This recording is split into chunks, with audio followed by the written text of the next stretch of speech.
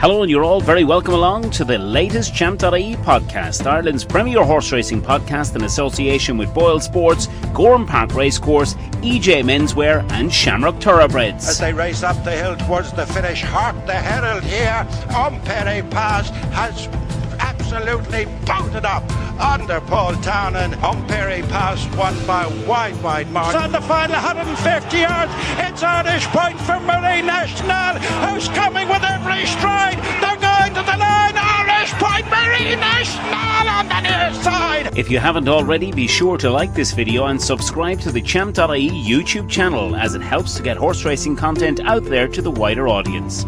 We look forward to reading all your hashtag 5cast selections in the comments section below. Enjoy the show. Boyle Sports. Don't just bet. Choose wisely. Hello, and you're all very welcome along to the latest edition of Champ.ie. We are looking ahead to day 2 of the Punchestown Festival, and we've got a cracking week of racing to look forward to. And of course, Barry, it is sun out, great horses on offer. So what more would you want, really, in the week of Punchestown? 20 degrees, Dave, I do believe, ahead of Punchestown Day 1. We're obviously recording Day 2 video ahead of Punchestown Day 1. Daily videos right throughout the week. Of course, the show proudly in association as well with Shamrock Thoroughbreds, EJ Menswear, Boyle Sports, our betting partner, on Gorham Park, the premier racecourse in the southeast. And just a little plug as well, Dave, for Gorham Park and Eddie and the team down there. Punchestown this week, but the sun will be out on the June bank holiday as well. Of course, the flat season up and running, of course, at Gorham Park, and the Gorham Classic is taking place, of course, on the June bank holiday weekend. So buses in and out of Kilkenny City. I think the summer racing, Dave, really starting to take shape in Punchestown. 20 degrees ahead of day 1. I think get the sun cream out. Yes, Barry, let's get right into the action then and have a look at the opener on day 2 at Punchestown. Yeah, the opener, JP McManus, of course, title sponsor of Dare Manor, and he's won the race, Dave, on 3 occasions in the last 5 years, and plenty of opportunities once again, of course, in the race. And the one I'm actually siding with says show your appreciation. And if you're getting, the tissue price 25 to 1, Dave, you could be a massive each way bet. King Cullinan on board, says 6th in the beginner's chase, of course, on his most recent start. And that was his first run, Dave. Show your appreciation for almost 2 years. This Son of Master Craftsman did win on decent ground. His only win coming his only start on good ground, of course. That was in maiden company at Ballinrobe, and beat all for Rachel Oliver Kieran's runner. And that's since gone on to achieve a rating in the mid-120s, 125 rated at the moment. So if you take that into account, down near the bottom end of with the weights here, I thought well handicapped could be off 112 here. Show your appreciation. And look, the Sweeney's very sharp operation coming up from County Cork. I think they've had 4 winners at the Punchestown Festival since 2010. So they can get they have plenty of success at Punchestown when they bring them up. And yeah, look, JP, as I said, good record in the race, 25 to 1. Very competitive race, Dave. Don't go mental. But yeah, 25 to 1 each way. Show your appreciation. Could be perhaps well handicapped. Boyle Sports. Don't just bet. Choose wisely. Right, looking ahead to race 2 then on day 2 of Punchestown, Barry, and you've been looking ahead to this one. What do we like here? Yeah, looking at race conditions, Dave. This obviously the Red Mills for Auction Series final, and we've had plenty of decent winners throughout the series. Down Mexico way, this was the winner that took my eye back on the 26th on St. Stephen's Day, of course, at Down Royal. Absolutely bolted up by 10 lengths. That was on decent ground. It's sole win, Dave, Down Mexico way. Was sole win, should I say, in point to points.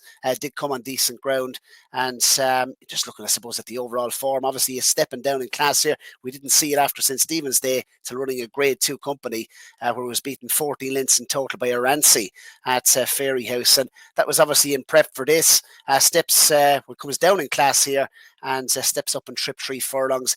133 rated, Dave, and looking at race conditions, he is the best treated in the race. Henry, by the way, lots has been made about stable form.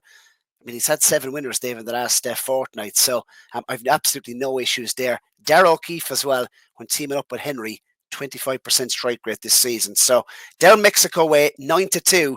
This for me would be the next best pick on day 2 of Punchestown. I thought there was lots to like. And Basil Houlihan as well.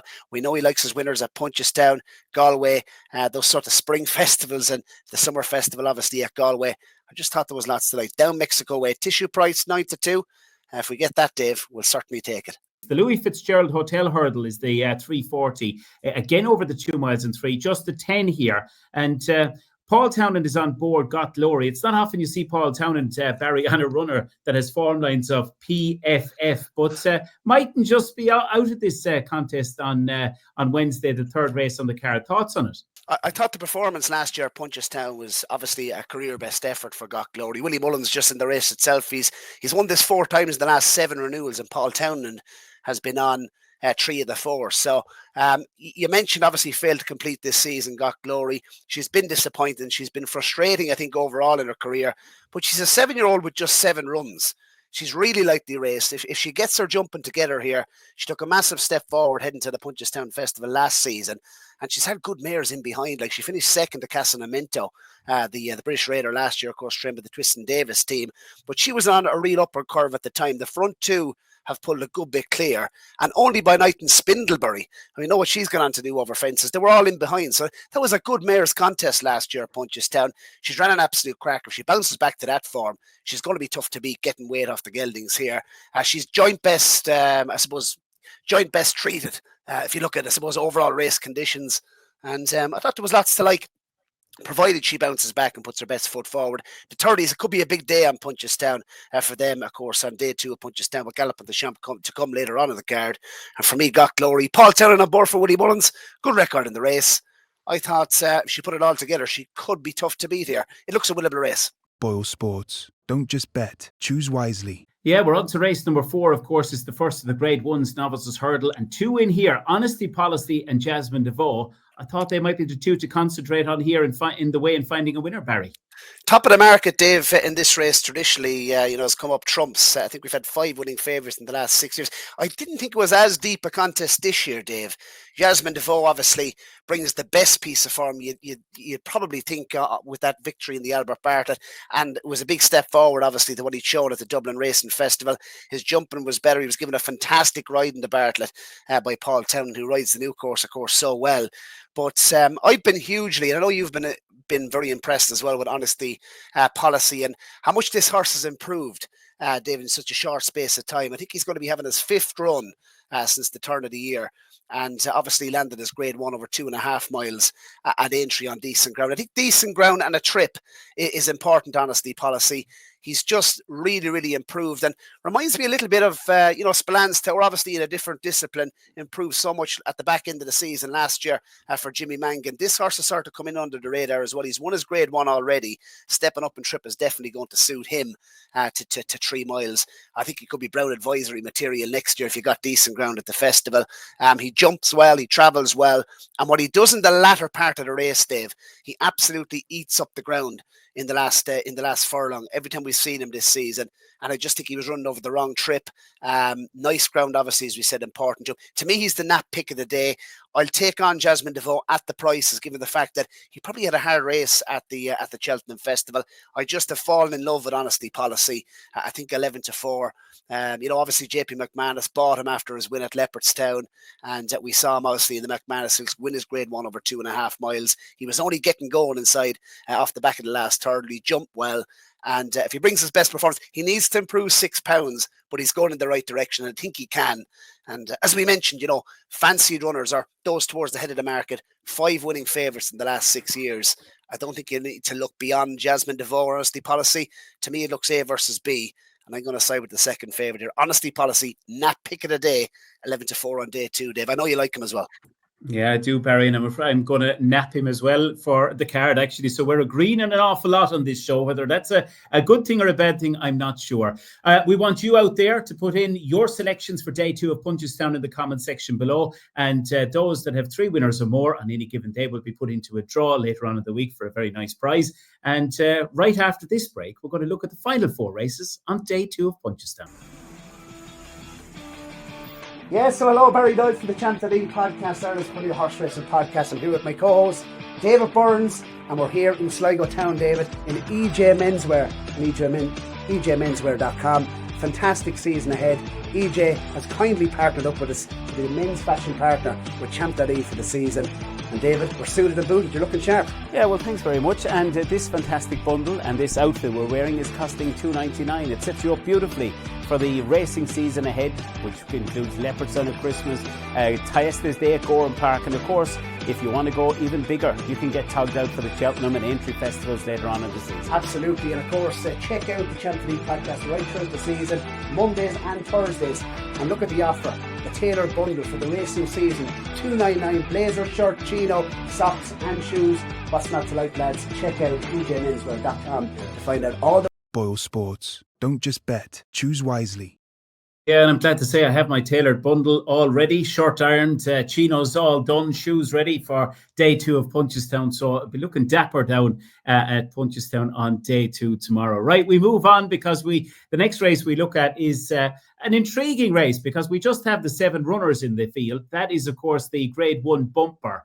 And I suppose, Barry, the starting point has to be Bambino Fever. Look, Bambino Fever has been brilliant, winning at Cheltenham, won brilliantly at Leopardstown.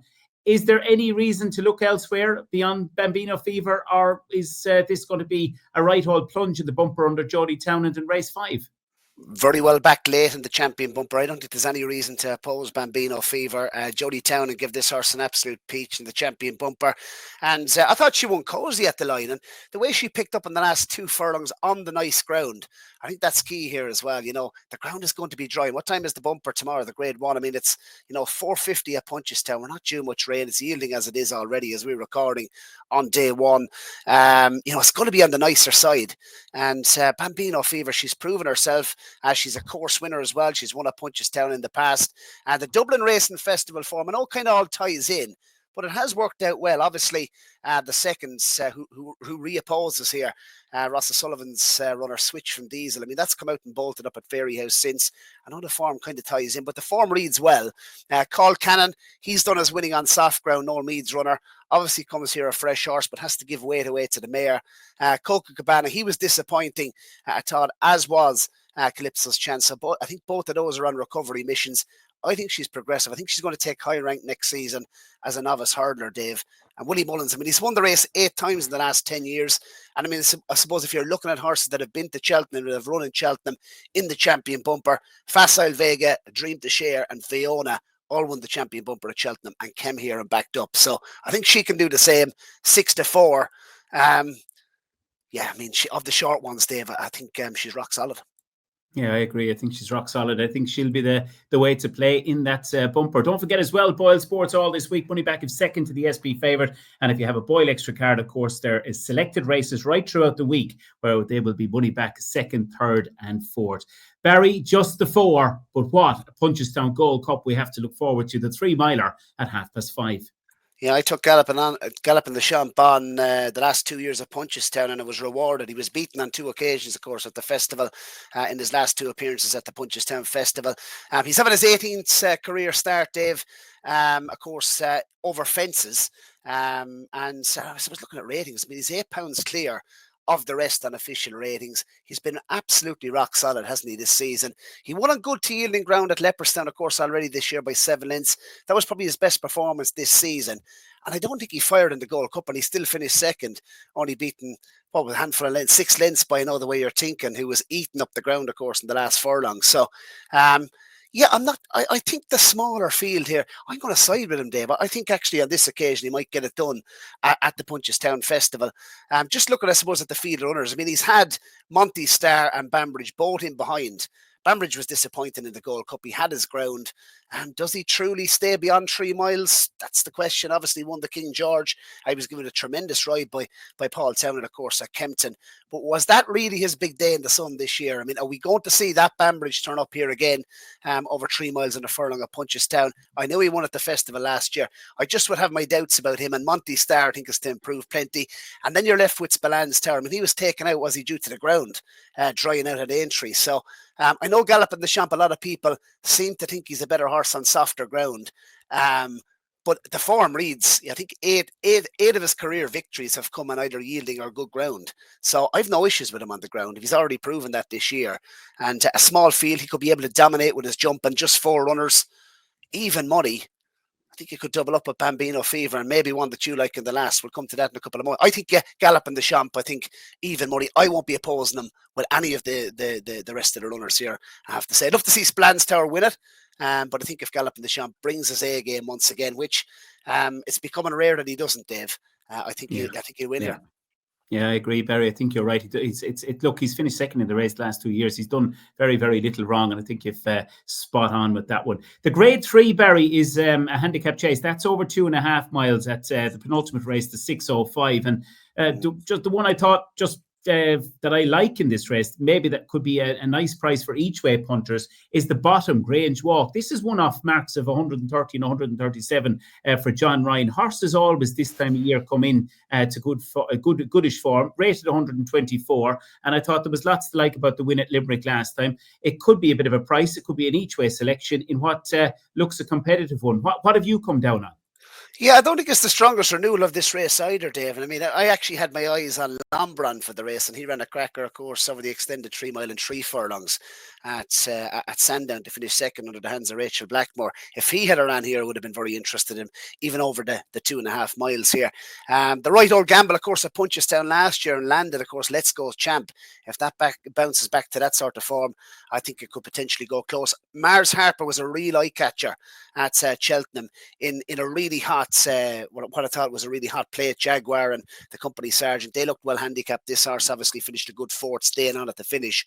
Mars Harper, that could be interesting, but I just can't get away. I cannot let, if you're getting double figures in terms of price, 16 to 1 on So Scottish, I think I'll give him another go here. I know he's been frustrating to follow So Scottish, but I just think he could be down to what looks a very attractive mark of 135. It's borderline sort of career low mark over fences, and the tongue strap goes back on. All three of his wins have come on decent ground. He's, a nice low weight. What is he, a 10 stone 10 with a further £5 claim for Aidan Kelly? I think this horse has a good chance. So Scottish, one of 2 runners on the card for him on day 2. Yes, absolutely, Barry. We finished it all off with a Grade 3 cracking bumper for Mayors, and I've gone up and down this a few times, and you could make a case for a few of them. Sholin was hugely impressive last time, but I think this might be more strength and depth in this particular race. And the one that I've come down on is Carrickmorna Spruce for the Queelies. Second last time at Fairyhouse in a 2 mile bumper behind Switch from Diesel. And of course, you can't forget, of course, Tom Cooper, Finney McGuire have got a main Kate in here as well. It's a really brilliant race to finish off day 2's action, the Grade 3 bumper over 2 miles. I thought you were going to stay loyal with Sholin. I'd have it between the two, Sholin and Carrickmorna Spruce. Looks a deep little race here, Dave. A couple of them have had hard enough seasons, though. Kate Tongue Strap goes on for the first time. Obviously, future prospects. I don't think she's maybe delivered what they might have thought. Then you have the improver, Emmett Mullins' runner in the race. I thought she was very, very impressive, of course, wasn't she? Over 2 mile and 3 at Limerick on student race day when she absolutely bolted up as well. She could be a real improver with John Gleeson on board once again. Just 20 days after that success, she hit the line really, really hard. She could be an interesting runner. I think she's a player, Carrickmorna Spruce as well. But I have to say, Dave, I think Sholin, I think she won cozy in the finish at Aintree. It looked like she was going to be tackled a furlong from the finish. Barry O'Neill on board here. It's not Billy Lee on this occasion, but I think she should be good enough to win this. Paddy Toomey, good record at Punchestown as well, particularly in the bumpers when he sends runners to the bumpers. And Sholin, I thought she was very good, I have to say, at Aintree. And I think she'll take a bit of beating. Carrickmorna Spruce, I think, could be the biggest danger back on this type of ground for the Queelies. I say she's been saved for Punchestown, or she's been geared up for Punchestown ever since that good run at the Dublin Racing Festival, and she could be the biggest danger. But Sholin, for me, I think the back end of the card on day 2 of Punchestown could be quite straightforward. I wouldn't be surprised if we 3 winning favourites out of the last 4 races on day 2 of Punchestown. Bambino Fever, Gallop in the Champ, and Sholin. I think all 3 of them, I think, are rock solid enough, Dave. Yeah, cracking day 2 action to come. Right, we'll just take a quick little ad break, and right after this, we'll give you our best bets and selections for day 2. From Dundalk to Longchamp, from the Galway races to the Breeders' Cup, Shamrock Thoroughbreds have taken owners all over the world. Tiger Bell in front, holds them. Late on the scene is Dawn Charger storming home, but Tiger Bell in front and won. Coming through the centre, Laugh a Minute with a strong challenge on this Laugh a Minute, who goes on in the closing stages to win by a length and a half. Laugh a Minute from Fiscal Roots. But it's Harry's Bar repelling the late challenge of the stable companion Dream Today, and Harry's Bar makes it 6 course wins. Check out shamrockthoroughbreds.com or click the link in the Champ.ie podcast video description to learn more about new racehorse ownership opportunities. Yes, and Stephen Thorne, continued success to him and the team at Shamrock Thoroughbreds. What a great season they have had at Dundalk, and continued success throughout the course of the flat season. Barry, I'm going to give you the floor because I have an awful feeling both of us are in the Napa Next Best Camp together for day 2 Punchestown. Yeah, recapping, Dave. Look, Honesty Policy for me, I think, has an outstanding chance of continuing his upward trajectory. And we mentioned, look, he's had a nice bit of racing since the turn of the year, but he seems to be going from strength to strength. First time up to 3 miles on the nice ground. Always does his best work at the finish. And I'm not entirely sure, Dave, we reached the ceiling. He's improved 6 pounds officially, but Jasmine DeVoe might have had a tough race at the Cheltenham Festival in the Albert Bartlett. It can be a bit of a grueler. So Honesty Policy for me, that's the nap at 11-4. And Down Mexico Way, I think, could be well treated by race conditions in race 2, of course, the Red Mills series final. And bolted up at Down Royal, as mentioned, on nice ground. A point-to-point winner on decent ground, of course, at Bell Harbour in his early career. And there could be more to come, stepping up to 2 mile and 3 furlongs as well from 2 miles is going to suit. Down in class for Henry de Bromhead. That's the next best, and I'm hoping around 5-1, 9-2, 5-1. I think that's on the tissue price. If we get that, Dave, we'll take it. Absolutely, we'll take it. Well, that's the preview for day 2. Don't forget to watch out for previews for day 3, 4 and 5 at Punchestown through the course of the week. And Barry and I will be, hopefully, after finding you some winners for day 2. Have a great Punchestown, and if you're going along, enjoy the fine weather and enjoy the great racing. From myself and Barry, bye-bye for now.